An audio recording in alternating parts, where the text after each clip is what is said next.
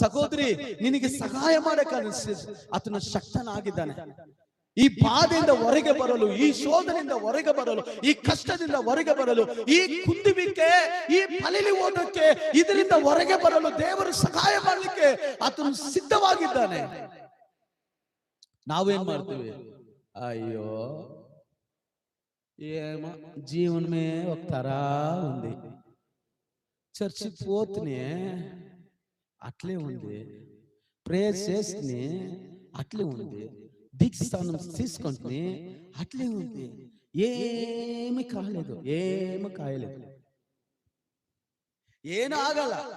ಕಾರಣ ನಾವು ದೇವರ ಪಾದದಲ್ಲಿ ನಾವು ಮೊಣಕಾಲು ಹಾಕುವಾಗ ಬೈಬಲ್ ಹೇಳ್ತದೆ, ತಾನೇ ಶೋಧಿಸಲ್ಪಟ್ಟು ಬಾಧೆಯನ್ನು ಅನುಭವಿಸುವ ಪ್ರತಿ ಯಾರೆಲ್ಲ ಶೋಧಿಸಲ್ಪಡುತ್ತಾರೋ ಅವರಿಗೆ ಸಹಾಯ ಮಾಡಲಿಕ್ಕೆ ಆತನು ಶಕ್ತನಾಗಿದ್ದಾನೆ. ಒಂದು ನಿಮಿಷ ಕೈಗಳ ಮೇಲೆ